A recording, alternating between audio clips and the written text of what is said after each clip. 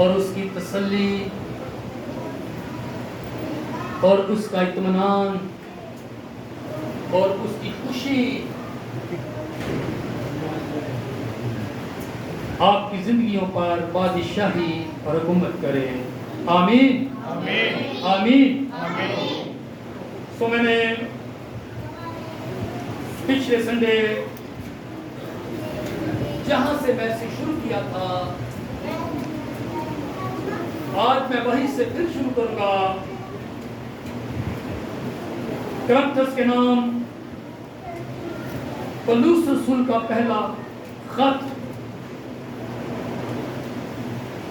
यानी कि पहला खत जो है करंथियों का, उसका पहला बाब और मैं पढ़ूंगा 30वीं आयत।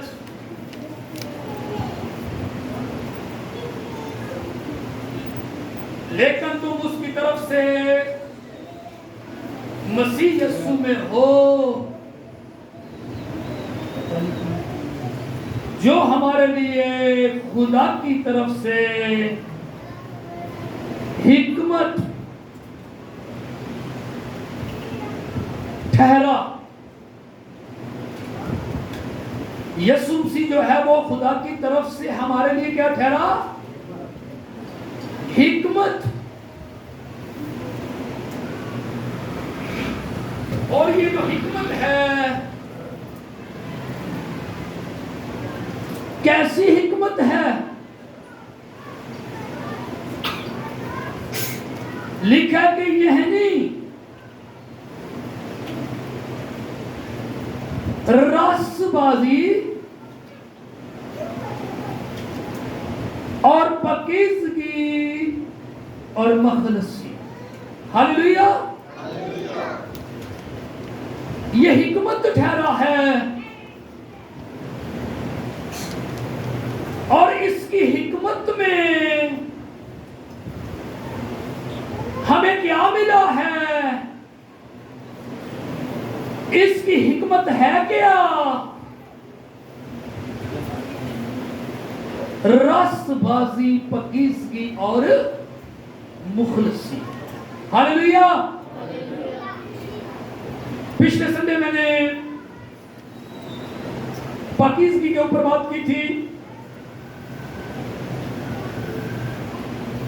तो आज मैं इसमें से जो रास्तबाजी लफ्ज़ है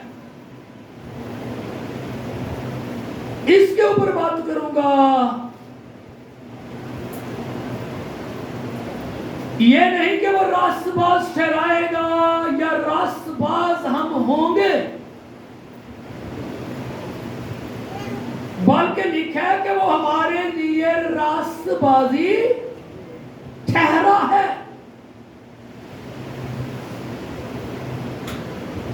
यानी कि उसने आपको रास्तबाज ठहराया, रास्तबाज बना दिया। रास्तबाजी उसने आपको अनाम में, बख्शिश में अपने बेटे के वसीला से क्या कर दी है? दे दी।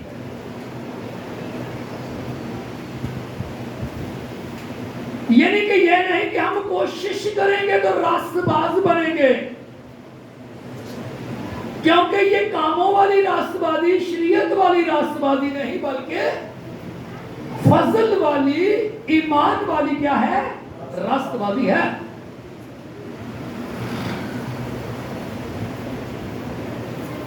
जिसके बारे में लिखा है कि खुदा का बंदा इब्राहिम खुदा पर ईमान लाया। क्या लाया? ईमान लाया। और उसका ईमान लाना उसके लिए क्या ठहरा? रास्तबाजी। यानी कि वो ईमान से क्या ठहर गया? रास्तबाज। यानी कि उसने आपको रास्तबाज ठहराया है ताकि आप रास्तबाजी के क्या करें? काम करें। यानी कि काम करके राष्ट्रवादी नहीं मिली, राष्ट्रवाद ठहरा दिया है। लिखा है वो राष्ट्रवाद ठहरा है। राष्ट्रवादी उसने अपने बेटे में हमें दे दी है।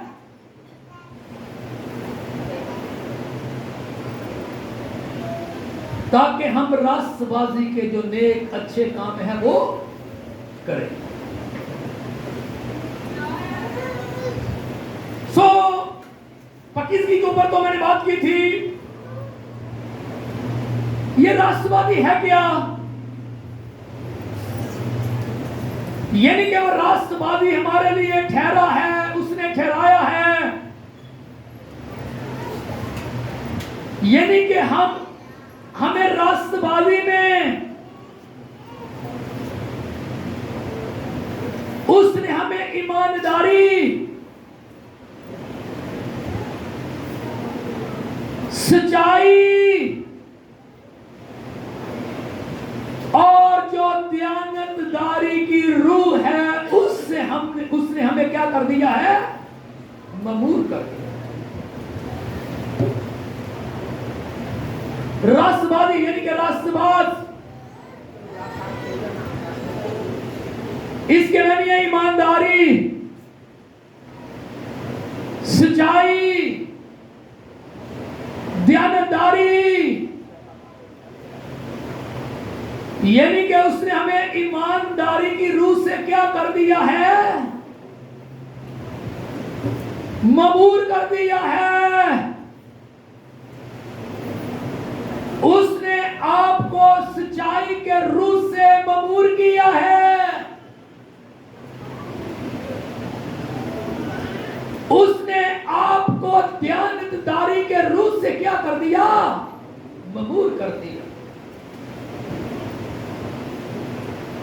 यह है खुदा की हिकमत।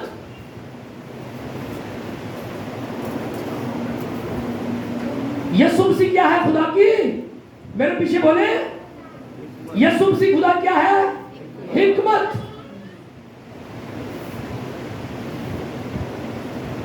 और वो यीशु हमारे लिए क्या ठहरा है? खुदा की तरफ से हिकमत। यीशु मसीह खुदा की हिकमत है और वो खुदा की तरफ से हमारे लिए हिकमत ठहरा है। यानी कि हिकमत हमने वो पाली, इस हिकमत को हमने ले लिया, कबूल किया।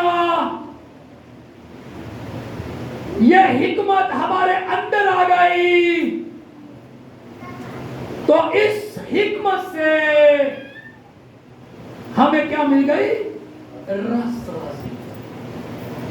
इस हिकमत से उसने हमें राष्ट्रवाद ठहरा दिया,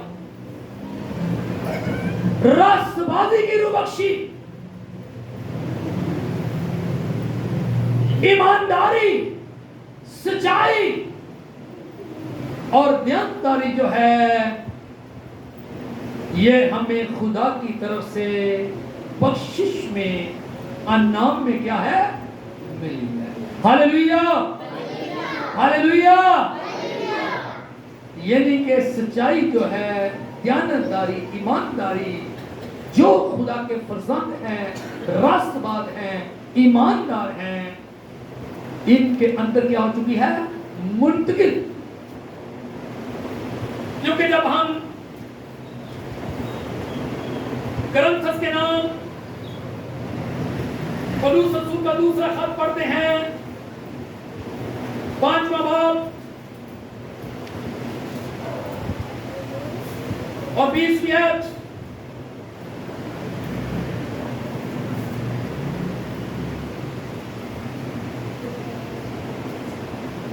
तो लिखा है, बस हम मसीह के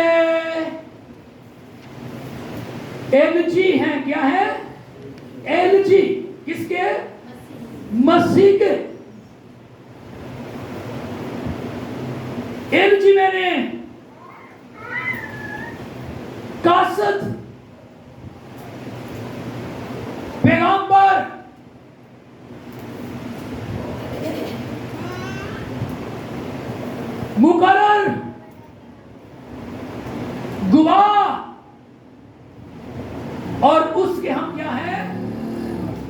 सफीर हैं, यानी कि हम उसकी क्या करते हैं, नुमाइंदगी करते हैं, उसका जो पैगाम है आगे पहुंचाते हैं। जिसको कासिद भी कहते हैं। खलीज में,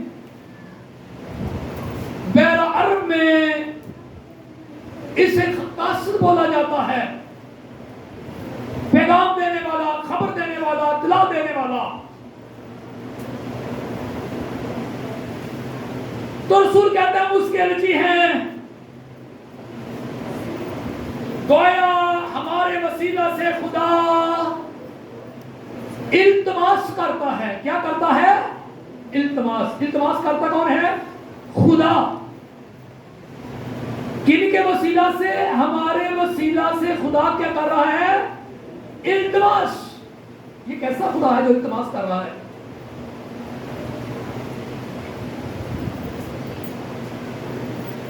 यानी कि ये इल्तमास का पैगाम, सुलह का पैगाम हमें दिया है। हम इसके कासिद हैं, पैगाम देने वाले हैं। हम मसीह की तरफ से विनत करते हैं कि खुदा से क्या कर लो? मेल। क्या पैगाम है? किस लिए इल्तमास कर रहा है? किस लिए मिन्नत कर रहा है? ये खत क्यों लिखा गया? क्यों जरूरत पड़ गई कि खुदा से क्या कर लो? मेल मिलाप।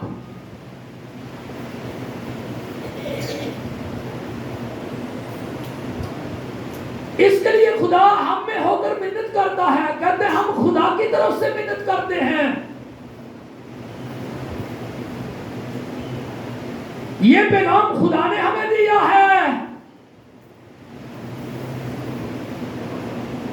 किसका?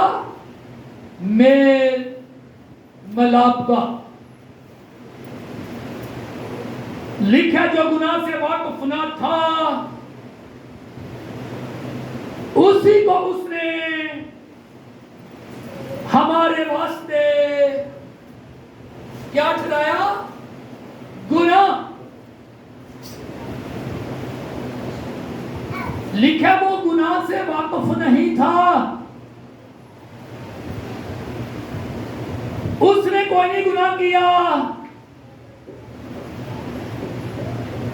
उसमें कोई मकर वाली बात नहीं थी, दुनियादारी वाली। यानी कि उसमें कोई नुक्स ना था। लिखा उसने गुनाह किया ही नहीं, वाकिफ ही नहीं।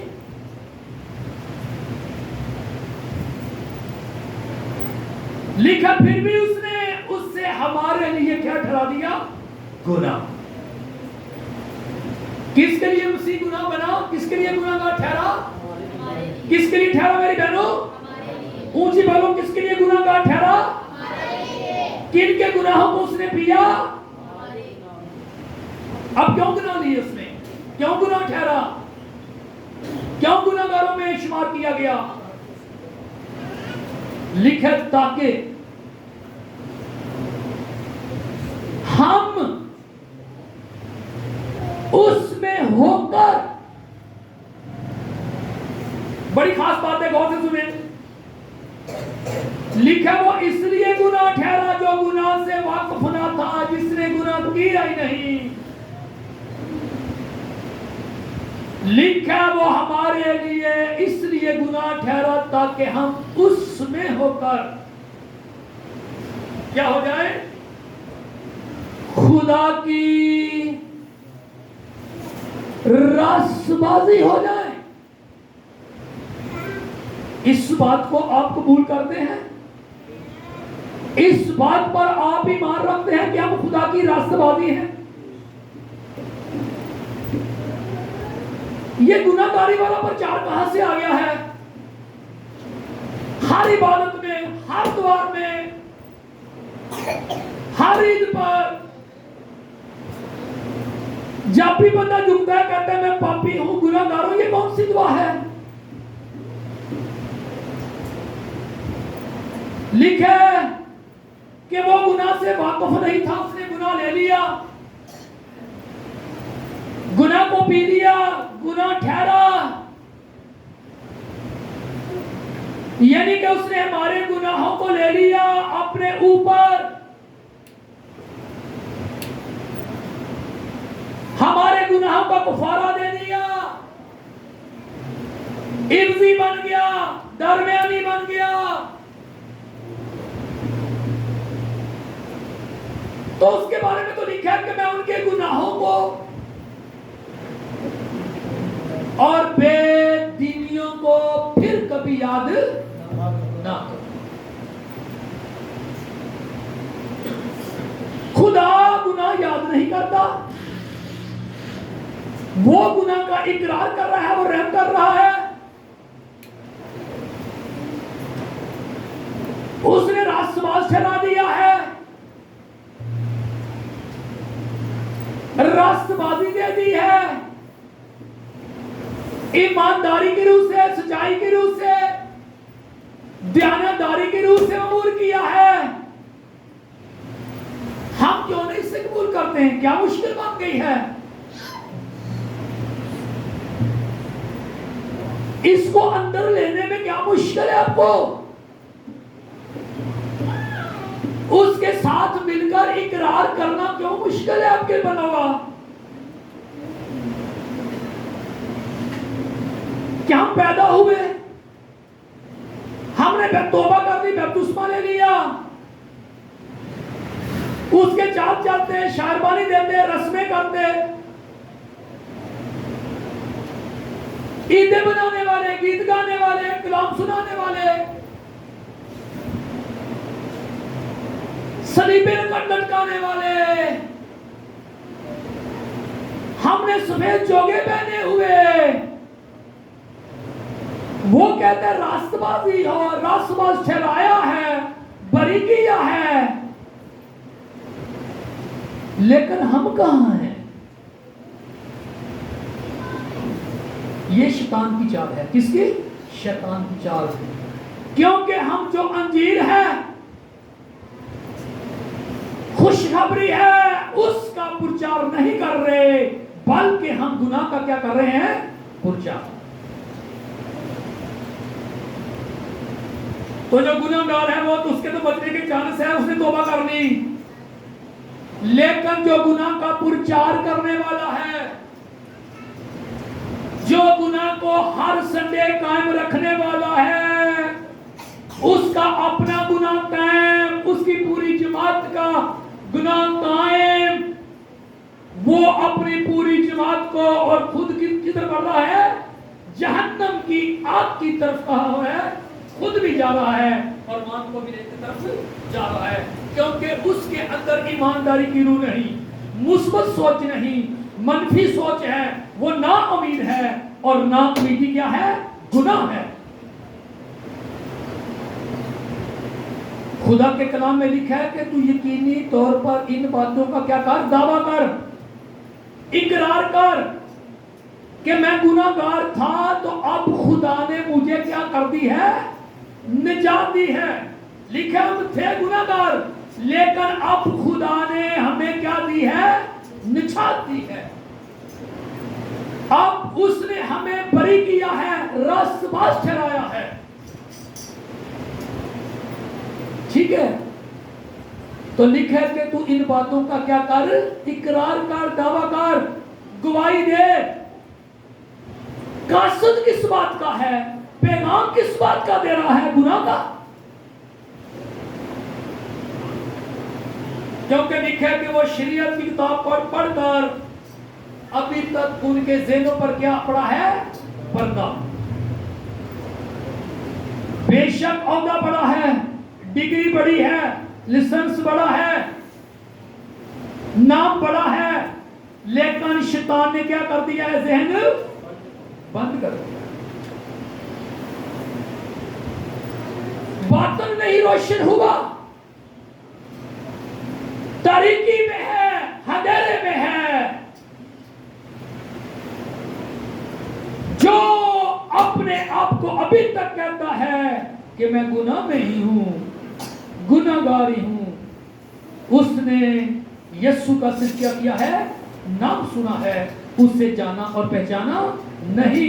क्योंकि यीशु के पास गुनाहगार आए तो फिर वो गुनाहगार नहीं रहता, क्या बन जाता है? रास्तबाज।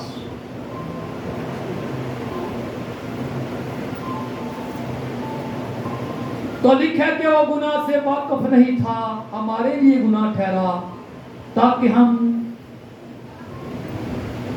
खुदा की उसमें होकर क्या हो जाए? खुदा की रास्तबाजी। खुदा की रास्तबाजी किसकी? रास्तबाजी। खुदा की रास्तबाजी कहाँ है? कलीसिया में। खुदा की रास्तबाजी कौन है? कलीसिया। खुदा की रास्तबाजी कौन है? खुदा के लोग। खुदाई कहाँ है? कलीसिया में। खुदा की खूबियां कहाँ ज़ाहिर होती हैं? कलीसिया में, ईमानदारों में, रास्तबाज। खुदा ने आपको लग किया है, चुना है, मुकर्रर किया है ताकि आप खुदा की क्या करें? खूबियां क्या करें? खूबियां ज़ाहिर करें। खुदा अपनी खूबी, अपनी रास्तबाजी ज़ाहिर करना चाहता है आपकी जिंदगी से। हालेलुया। एक और बात बताने मेरे साथ, पत्रस का पहला खत, दूसरा बाब,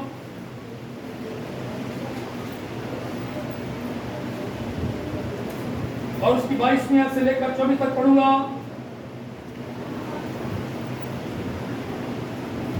पत्रस का पहला खत 22, 23 और 24वीं आयत लिखे, ना उसने गुनाह किया और ना उसके मुंह से कोई मक्कर की बात निकली। यानी कि उसने कोई गुनाह किया नहीं किया, ना उसकी जिंदगी में मकर था।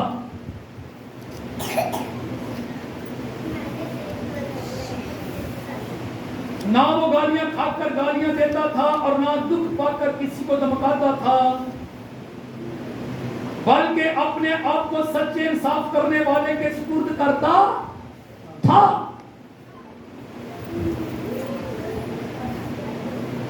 वो आप हमारे गुनाहों को अपने बदन पर लिखा, वो आप, उसने कोई गुनाह नहीं किया, उसमें कोई मकर नहीं, हेरा फेरी नहीं, लेकिन आप खुद हमारे गुनाहों को अपने बदन पर लिए हुए सलीब पर चढ़ गया। किस पर चढ़ गया? सलीब पर चढ़ गया। ऊंची बोले, किस पर चढ़ गया? ताकि हम गुनाह के एतबार से मरकर, किसके एतबार से? गुनाह के एतबार से मरकर रास्तबाजी के एतबार से जिए और उसी के मार खाने से तुमने क्या पाई है? हालेलुया। यह नहीं लिखा कि शिफा पाओगे, लिखा कि उसने मार खा ली और हम क्या बन गए? रास्तबाज। यीशु सलीब पर मरा, सलीब पर चढ़ा, ठीक है? वो बदन हमारा था, लिखा था कि हम गुनाह के द्वार से मरकर ईमान, तकिया यह है कि जो सलीब पर बदन था वो किसका था? हमारा बदन। किसका बदन था? हमारा बदन। वो किस बदन में आ गया? इंसानी बदन में। वो लाहीज़ात का जलाली था, खुदा की सूरत, उसने आपको खाली किया, पस्त किया और लिखे कि इंसानों के क्या हो गया? मुशाबा। यानी कि लाहीज़ात इंसान में आ गई, उसने मेरा और बदन पहन लिया, ले लिया। वो बदन शरीर पर किसका था? मेरा और आपका। गुनाह किसका था? हमारा।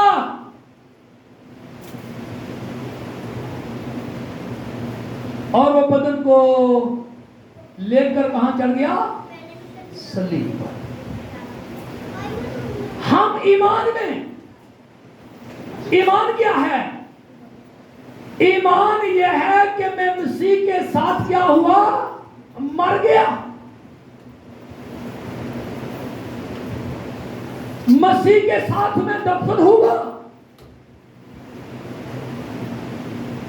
आप मसीह के साथ मर गए, दफन हुए, और उसके साथ क्या हुए? जी। इसलिए पौलुस रसूल कहता है कि मैं उसके साथ मौत में क्या करूं? मुशाबत पैदा करूं, ताकि किसी तरह मुर्दों में से जी उठने के दर्जा तक पहुंच जाऊं। यानी कि हम गुनाह के एतबार से मरकर राष्ट्रबाजी के एतबार से उसके साथ क्या हो गए? जिंदा हो गए। यानी कि गुनाह का जो बदन था वो यीशु के साथ मसलूब होकर मारकर क्या हुआ है? जी उठा। अब मैं जिंदा न रहा, बल्कि मसीह मुझ पे क्या है? जिंदा है। हालेलुया। यानी कि अब मैं जिंदा नहीं रहा, मैं मसीह के साथ मर गया और मसीह के साथ जी उठा। इसलिए कहते हैं कि अब मैं जिंदा न रहा, बल्कि मसीह मुझ में क्या है? जिंदा है। लिखे कि हम उसके साथ मरकर राष्ट्रबाजी के तबार से क्या करें? मेरी बहनों, मेरे अजीजों, जिए। और राष्ट्रवाद भी ठहरा है, राष्ट्रवाद भी हो गए, बरी भी हो गए, ईमानदारी की रूह मिल गई। और लिखा है कि उसके मार खाने से हमने क्या पाली? शिफा भी पाली। हालेलुया। आज इतने बहुत है। ये जो गवाही होती है, इससे ईमान बढ़ते हैं। क्या बढ़ते हैं? ईमान। तो खुदा के कलाम में लिखा है यीशु ने मार खाई और हमने क्या पाली? शिफा पाली। बेशक हम दुआ करते हैं, रोजे रखते हैं, रखने चाहिए, लेकिन शिफा देने वाला कौन है? यीशु। यानी कि यीशु ने मुझे और आपको क्या किया है? मुकर्रर किया है, उसकी खूबियां क्या करें? सहन करें।